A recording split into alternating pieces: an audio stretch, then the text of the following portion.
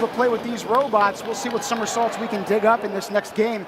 We're going to start it up in 5, 4, 3, 2, 1, begin.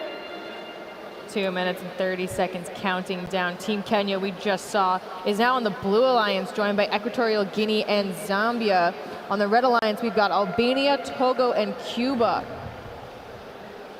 Teams on the Blue Alliance already sending carbon into that carbon sink from the human players for the Blue Alliance. Flying high, take a look at that.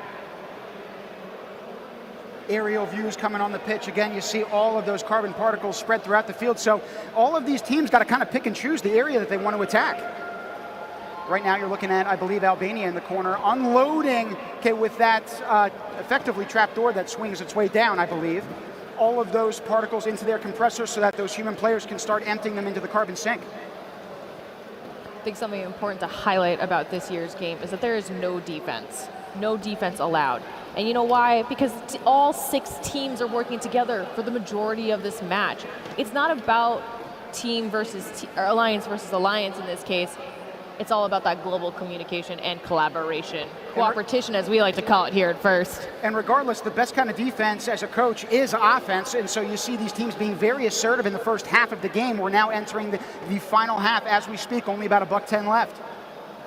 A lot of carbon filed on the sides of this field right now. I'm curious to see if the teams are going to start hurting them or if they're going to start prioritizing climbing as we enter the last minute. It all comes down to this. You can see some of our Kenyan players. They've got the blue indicator ready to go, waiting for their robot to come over in the last 30 seconds. More carbon flying high. I believe that's Team Cuba delivering carbon into their compressor on their side of the field.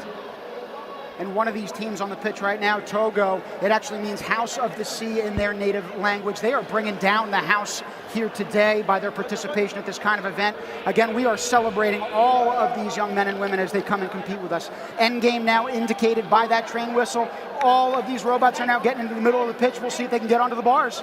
There's some teams aiming for that middle bar. You can see that their real estate might be a little crowded, but it's all about that pre-game and during-game strategy based on what other teams are doing.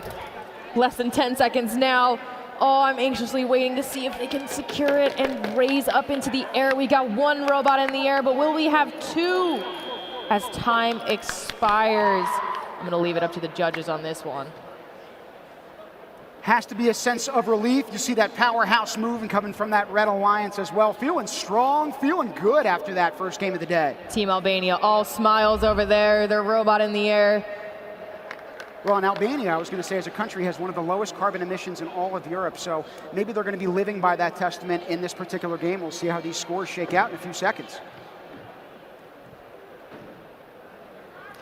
Scores coming in. And it is our Red Alliance for this one, 104-91, super close match.